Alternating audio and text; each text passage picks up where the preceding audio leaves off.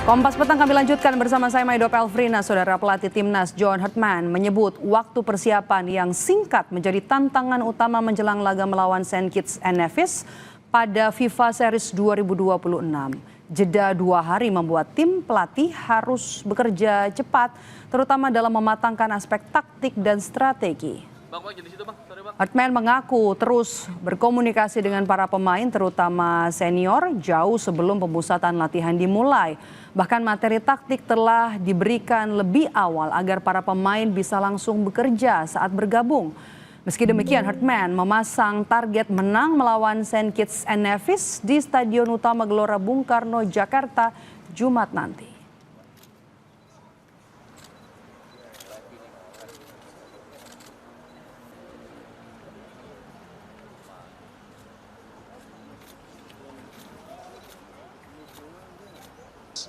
A 2-day window, it's tight. We have to work tactically very quickly. We've met the leadership group many times before coming here today. Players are receiving information before they come into camp about the systems, the tactics. Before we come to training, we're in the basketball hall at GBK working through our tactics and strategies. So when the players come here, they work. They work for you, they work for the fans. They know it's not a holiday, it's not a vacation. Pemain belakang Timnas yang selama ini memegang ban kapten J. Itses mengungkapkan optimismenya terhadap kepemimpinan pelatih baru John Hartman. Itses dalam wawancara yang diunggah di situs video dan akun Instagram Sassuolo mengatakan Hartman pelatih yang punya pengalaman dan memiliki pendekatan yang bagus ke pemain.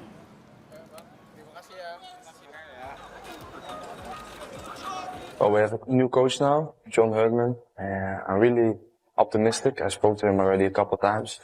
He's been in Europe. He's been to Italy. He came to see me here. And I was really optimistic. I was really happy how he approached the national team. And I think he had a lot of good things to say, a lot of good ideas. And I'm just looking forward to working with him and the new staff. FIFA Series 2026 diikuti 4 negara berdasarkan data ranking FIFA terbaru per 23 Maret 2026. Bulgaria menjadi tim dengan peringkat tertinggi di antara peserta. Mereka berada di peringkat 87 dunia. Timnas Bulgaria berpengalaman menghadapi tim-tim kuat seperti Italia, Turki, dan Serbia dalam kualifikasi turnamen besar khususnya di Eropa. Sementara Indonesia ada di peringkat 121. Kepulauan Solomon berada di peringkat ke-152, sementara Saint Kitts and Nevis menjadi tim dengan ranking terendah yakni di posisi ke-154.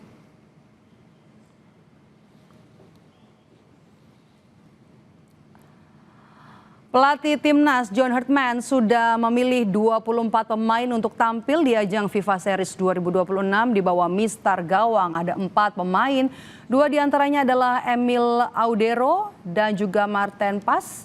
Di belakang ada sang kapten J. Itses, kemudian ada Kevin Dix dan Elkan Bagot yang kembali memperkuat skuad Garuda. Sementara di lini tengah ada beberapa pemain yang jadi langganan Timnas seperti Calvin Verdong, Ivar Jenner dan juga Jordi Amat. Sementara di depan ada 6 pemain diantaranya adalah Ole Romeni dan juga Ragnar Oratmangon.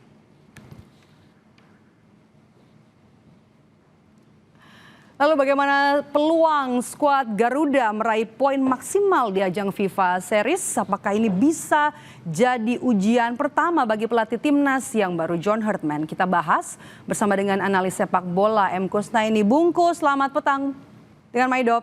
Selamat petang, Maidop. Oh ini jadi menarik ya. Kita pemanasan dulu nih. Ini jadi debut dari John Hartman bersama skuad Garuda. Taktik apa yang kemudian kira-kira bakal diterapkan? Apa yang akan dia manfaatkan dari ajang ini? Iya, pertama-tama saya pikir ini uji coba yang cukup ramah bagi timnas Indonesia ya. Karena uji coba ini pertandingan perdana bagi Hartman itu menghadapi lawan yang secara kualitas sedikit di bawah kita. Peringkat kita cukup jauh di atas Saint Kitts and Nevis. Kemudian yang kedua juga Coach Hedman juga sudah pernah melihat dan bermain menghadapi timnas Sin Kitts and Nevis ketika dia masih pegang Kanada. Yang ketiga, Coach Hedman juga tidak melakukan perubahan besar dari segi materi pemain. Bisa dibilang 90% skuad yang sekarang ini adalah skuad yang sebelumnya juga merupakan pemain-pemain yang bisa dipanggil oleh timnas.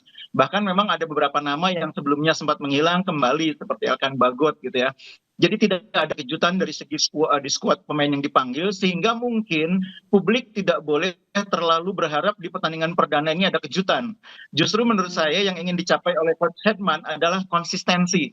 Bagaimana mempertahankan performa timnas yang sudah cukup bagus di kualifikasi Piala Dunia, itu bisa dipertahankan di pertandingan FIFA Series ini. Jadi memang ini pertandingan perdana bagi pelatih selalu tidak mudah ya, karena itu Coach Hedman seperti hanya orang Inggris, berpikirnya itu pragmatis, konservatif.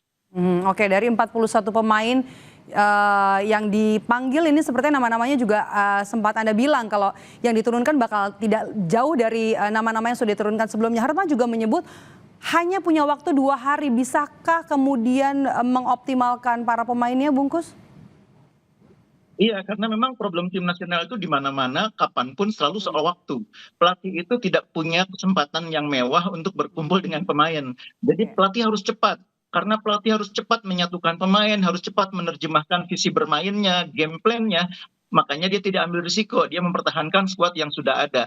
Jadi apa yang dilakukan oleh Hedman ini adalah sesuatu yang menurut saya masih bisa dipahami, karena memang ini pertandingan perdana di mana waktu yang dia miliki sebentar, dan dia mencoba menjaga konsistensi performa timnas yang sudah terbangun dengan baik.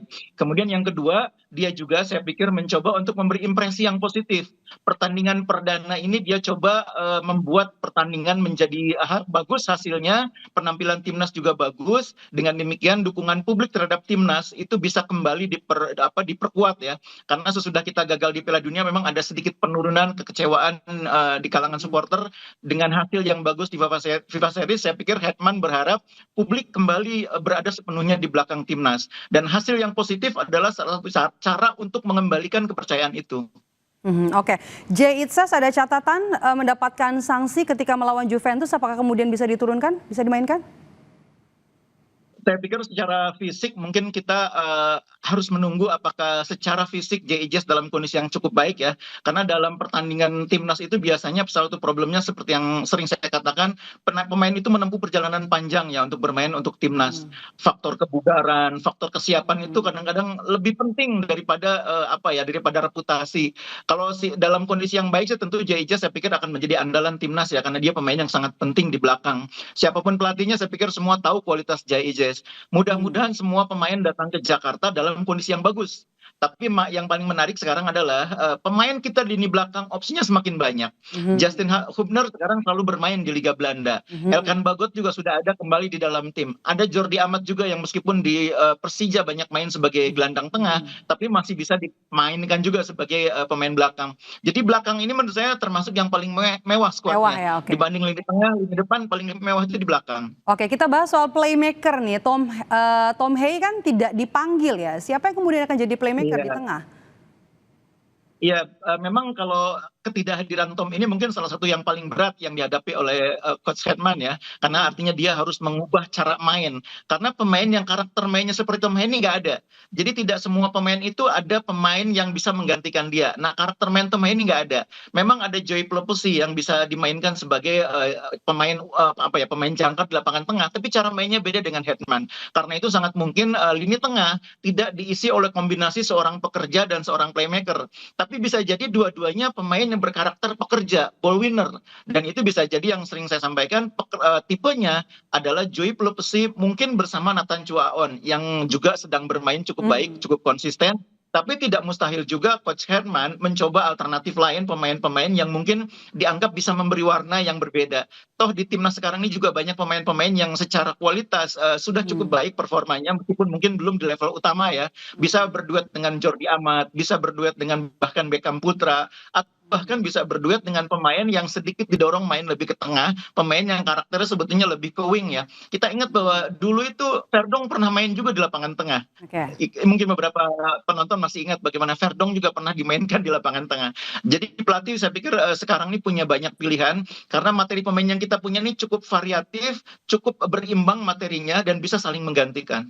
Oke, kalau Elkan Bagot, koreksi kalau saya salah, kan sudah lama absen begitu ya, lama tidak dipanggil hampir 2 Iya, tahun. betul. Kalau bagaimana kemudian peluang dari Elkan Bagot di game ini? Kalau nanti misalnya diturunkan, dimainkan, apakah akan menggeser Rido? Jadi kalau perkiraan saya di pertandingan perdana, Coach Herman ini akan menurunkan skuad dan susunan pemain yang kurang lebih sama dengan pertandingan-pertandingan terakhir di kualifikasi. Jadi di belakang tuh mungkin akan ada nama-nama seperti Rido, Kevin Dix, begitu juga dengan Jai Ijes, kemudian ada Kelvin Verdong. Nah, Elkan Bagot kembali ke tim, tapi tidak otomatis akan langsung jadi starter ya.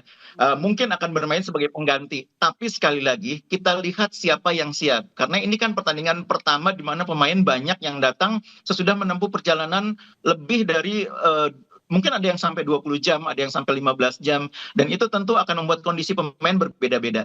Jadi kita harus beri kepercayaan pelatih untuk melihat kondisi terakhir sebelum pertandingan. Oke, kemudian siapa yang akan mengisi lini depan, pemain depan? Bagaimana juga dengan peluang ketemu Bulgaria, Bungkus? Iya, dengan materi pemain yang dipilih oleh Coach Hetman 24 terakhir ya, terlihat bahwa dia masih percaya kepada nama-nama yang sebelumnya juga sudah menjadi andalan seperti Ole Romeni, kemudian juga Orat Mangun. Sayang Miliano tidak bisa datang karena cedera, tapi jangan lupa di posisi Miliano ini ada banyak pemain yang bisa main di sana. Ada Beckham, ada Sayuri, bahkan mungkin kita juga bisa mendorong pemain lain bermain di posisi dia dengan kualitas yang tidak begitu jauh berbeda ya. Eliano bisa bermain di wing kanan, Eliano ini bisa main di wing kanan, bisa main di wing kiri, bisa bek kanan, bisa bek kiri. Jadi saling mengisinya cukup banyak. Karena itu saya pikir kita tidak akan terlalu banyak melihat perubahan. Kalaupun ada perubahan, itu adalah perubahan untuk melengkapi materi pemain karena ada yang tidak bisa main. Misalnya Tom Hayat tadi tidak bisa main, mungkin ada Ivar Jenner. Ivar Jenner bisa berduet dengan Joey Pelopesi, atau bisa juga dengan Jordi Amat, atau bisa juga dengan pemain lain, misalnya Verdong atau Beckham. Jadi itu sifatnya hanya menggantikan yang absen. Tapi line up-nya mungkin sebetulnya kerangkanya sama dengan di pertandingan kualifikasi sebelumnya. Oke, kita tunggu, ada waktu 2 hari, masih ada 2 hari ya sampai hari Jumat nanti. Kita tunggu nanti laga perdana yang dilatih oleh John Hartman. Terima kasih sudah bergabung bersama kami dan juga memberikan perspektif analis sepak bola. Bungkus Neni sudah bergabung bersama kami di Kompas Petang. Sehat selalu Bungkus. Terima kasih.